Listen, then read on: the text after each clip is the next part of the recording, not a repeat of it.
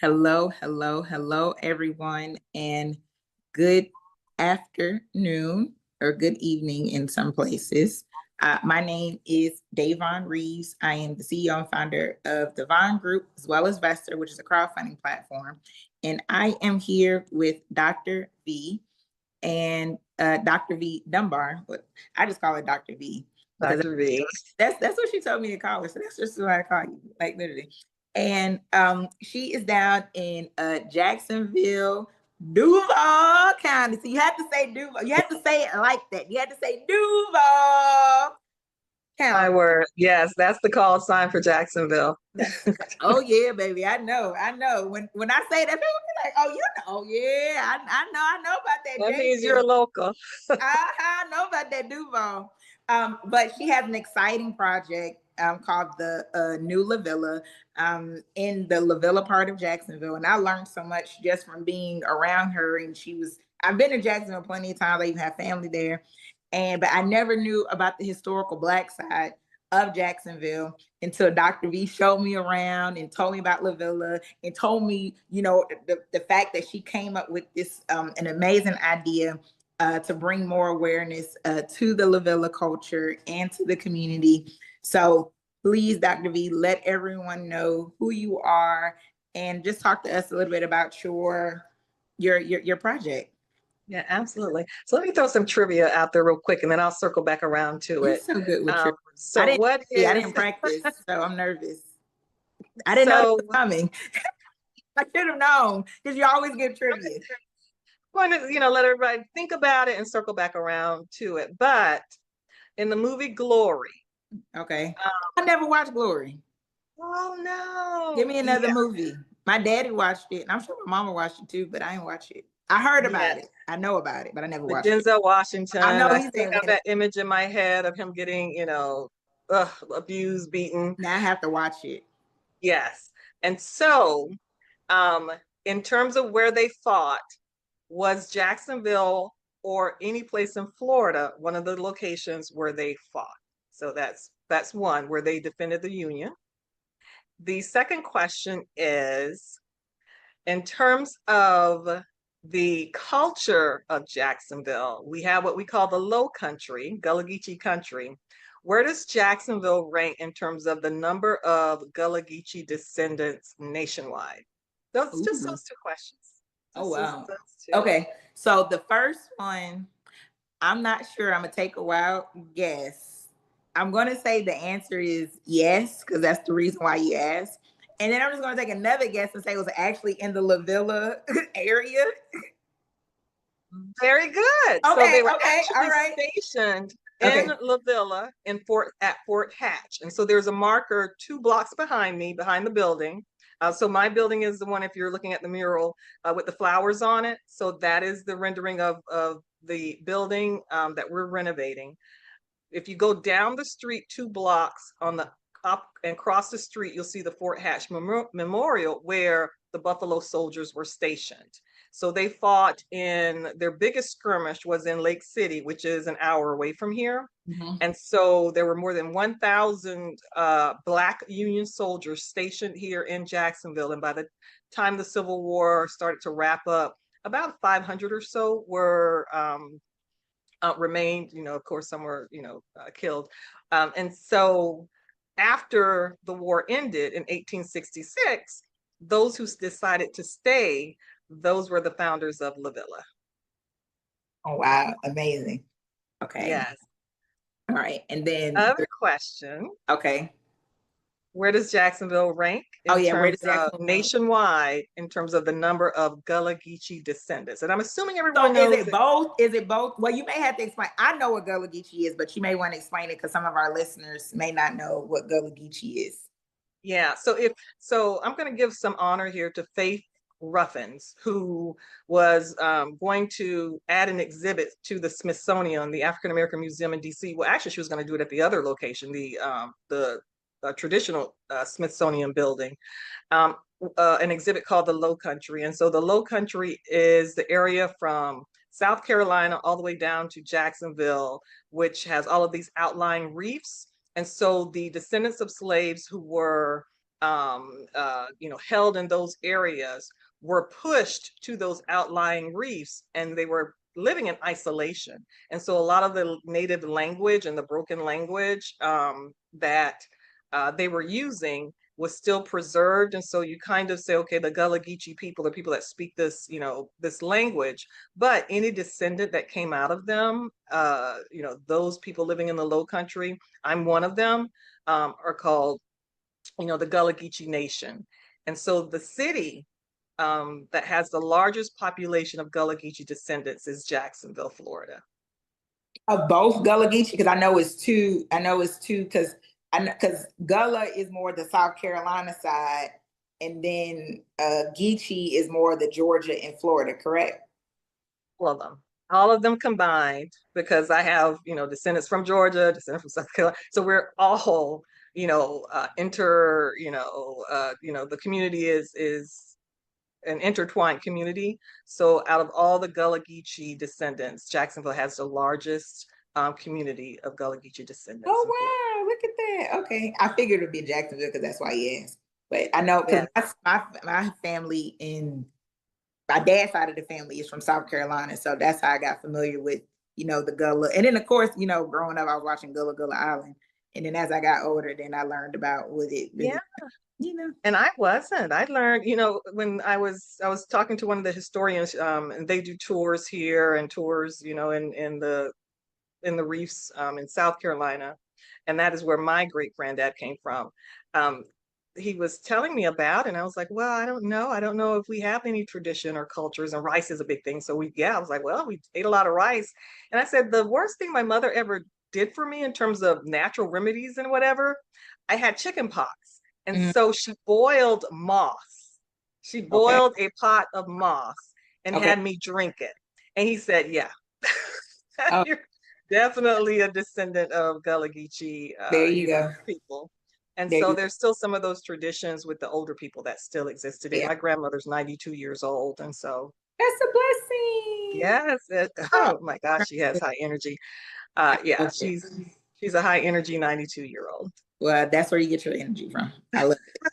I love it. I'll take it. Definitely. So what made you decide to walk us through, because it's an existing building in downtown Jacksonville across the street from the courthouse. So what made you decide to buy this building? Were you just like walking down the street? So the courthouse is here. The courthouse there, yep. And then right across the street. And then the Masonic Lodge is the darker built.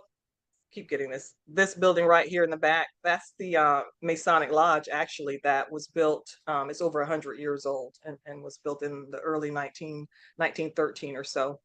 And so when I moved to Jacksonville, my husband is Air Force, and so we were retiring and wanted to come back home. I mean, we both have been gone for more than 20 years. I was born south of Gainesville, in between Ocala and Gainesville, and attended the University of Florida. And so with family getting older, like I said, my grandmother's 92, his grandmom just passed away like 3 years after we came back. We wanted to be close to home and sort of see, and experience them and spend time with them. We chose Jacksonville because it's the largest city in the area, and I needed direct flights in and out. I needed to be near a major airport. And what I saw was this community, because I do my research. You and I really, we love our research. That was the Black Wall Street of the South, had 5,000 businesses concentrated in one area, had unions. And so, I'm going to start posting older images on the Facebook page, but the Paris World Fair 1900 featured pictures of the Masons in Jacksonville, and those professional groups and organizations that were here and well organized and building this area. And the current state was, of course, disinvestment, a lot of vacant lots where they tore down everything. And so with the opportunity that I saw, and with the population of descendants and people who were coming here looking at investing here, I said, this is an opportunity for us to start to figure out how we can become a part of rebuilding our forgotten, commercial districts. I'm very passionate about economic equity through entrepreneurship, so through business ownership.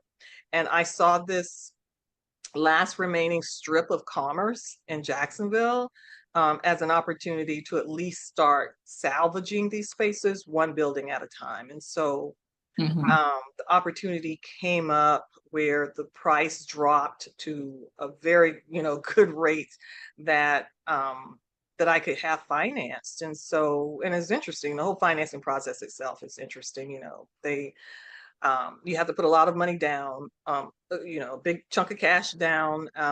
Some lenders won't lend money to older buildings. The building is 100 years old, and I had it historically landmarked so that no one could tear it down moving forward. Once you historic landmark a building, it has to stand up. And Now, so wasn't it a hotel? That was one of my favorite it was parts. it was the Will Hotel.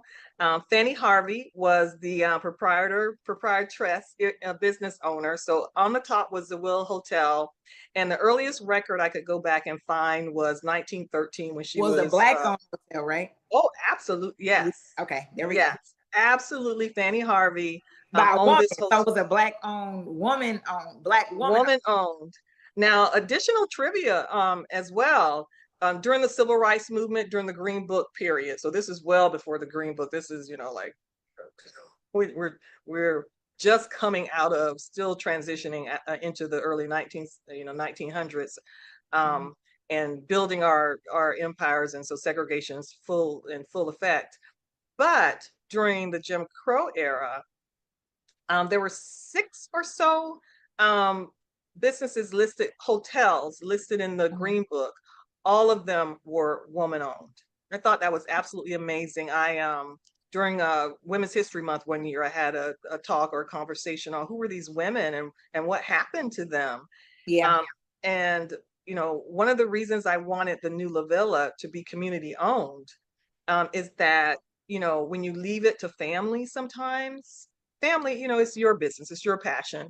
Family doesn't really want sometimes to continue it on. They would prefer to reinvest in something that they're passionate about. So those women, none of those hotels.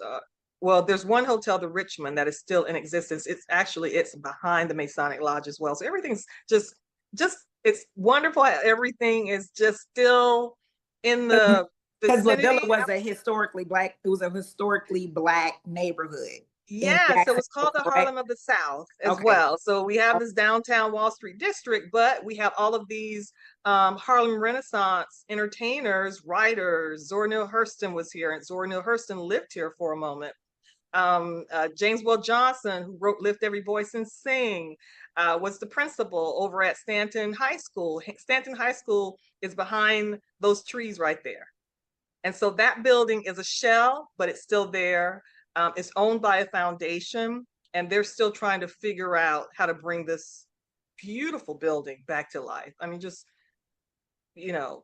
when I think of the Masons in the 1920 and 1900s Paris World Fair and seeing those pictures, I just know that those men touched every building in this area. I just know they did, because the skillsmanship and the craftsmanship is just so perfect and so precise. And that is why these buildings were not designed to fall down and crumble. They were designed to stand. And so to see all the vacant lots, someone tore them down, intentionally tore them down. And so that period of disinvestment in this area is the reason that the businesses were torn down, the population moved and relocated. And then you had I-95 pierce it, to the east. And so there's still some dominant structures that are still standing. My strip is the only intact strip. There's a nonprofit center that used to be the old theater that's still there. The Ritz Theater was moved to a new building, but they kept the signage and they built it out as a mini museum cultural center. But we're trying to make sure, yes, that the history and what remains to be preserved can be preserved and is standing up. And so no one was interested or looking at, well, actually the building before I purchased it was owned by a furniture company, Progressive Furniture. It seemed like once I say, the Progressive Furniture building, everybody knows what the Progressive Furniture is, and apparently Right. everyone shut there. Right. And so they held it there, but they divested themselves and moved to the beach. So it had been vacant for at least 20 years before we purchased it. But when Fanny owned it, it was the Will Hotel. It was a lodging unit. She housed not only African American tenants, but the records show that there were some Cuban immigrants who were there. We have a cigar factory nearby, so that makes sense. And the merchants at the bottom, when the areas started to transition, then other immigrants came in. So the Jewish immigrants owned the bottom retail space. And so I'm bringing it back again as a retail with lodging on top. So is there a lot of demand coming to Jacksonville, coming to the LaVilla area? Is there like a lot of development going on? Is that what made you decide to, buy the building and convert it to a co-working space? Yeah, so it started with, this, keep pointing in the wrong direction, this 600 million, I need to get my exact numbers on that, but it was $600 to $800 million 3-acre courthouse. They tore down every single building across the street, over 3 acres of real estate to build this courthouse. In the front is, a large, they call it the 3-acre urban park. So they're going to convert that into a cultural zone. The University of Florida is now coming in. They just received $150 million from the city to come in and build their graduate campus. So I need to talk to my alma mater now about, okay, you all need to come by and shop and bring these students over. So that is 150 million, and it's going up. So we also had what was known as the Colored Man's Railroad. So A. Philip Randolph was here. He had the Pullman Porters here. That association was here. So all of these organizations and associations that help to become a labor, a union structure to make sure they were paid well, trained well, et cetera, were all here stationed in Jacksonville. And so the $80 million mixed-use retail space is going to be a block behind me. That's Jefferson Street. So the old tea room, I think, or whatever they called it, where not Louis Armstrong, the other one, where all the entertainers used to come, is behind me in that building. That is a shell. There's nothing there, but they're going to turn that into an $80 million mixed-use building. And then you have directly behind me, further down Broad Street, is the Pearl Street project. And that building, that entire development covers about 4 blocks. And that is going to be well over $100 million. So people are investing. It's a lot of development in the area. A lot of development in downtown Jacksonville, all around, across the street from the courthouse. all around. Okay. So yeah, so the stadium, to put it in proximity, the stadium is to the south. It's 1.5 miles. So you can trolley over, walk over, whatever you want to do. So you'll have retail at the bottom, and then what will you have at top? Yeah, so the front of the building is a retail and space, so coffee shop with some snacks, lunch, light food, as well as a gift shop and a flower shop. So I was just looking at designing the LaVilla shirts. I'm going to go ahead and start selling those online. And then just to get the retail and the branding under our belt. And then that mural I'm thinking of, where the flowers are, is going to be a tribute to the Buffalo Soldiers that founded LaVilla. So I'm looking at images and thinking about what artist is going to do that for us. So that's the bottom front. The bottom back are the co-working offices and the conference room. So all the co-working amenities are there. Upstairs in the front, where you see those 5 windows, is the meeting space. And so because we're across from the courthouse, we want to take advantage of that, because 1.1 million visitors come through that courthouse every single month. And so not only do we want them in the retail space, we want them to use the meeting space for boutique weddings, for any meetings. And then of course the business members will use that space for their business launches and demos and etc. And then that's the front. It hosts 35 people, so nice, perfect size for boutique weddings and events and meetings. And then in the back is the 2-bedroom, 2-bath lodging units for members and the public. Got it. Okay. Oh wow, that sounds amazing.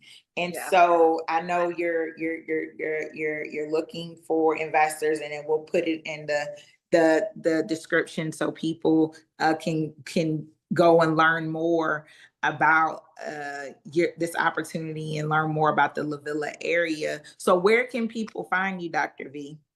Yeah. So quick 30-second rant. So this is so critically important to me as we see the things around us that are kind of administratively, there's a lot of, disinvestment, administrative disinvestment going on.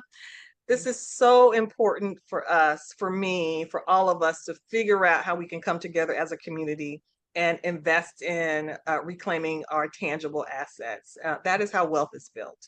And for us to be able to come in, not at the $180 million large investment level, to come in through the lens of your platform where you're saying for $10,000, you can come to vestor.com and have co-ownership in a huge community asset, and not only have co-ownership in this one asset, but in future assets that are investor owned.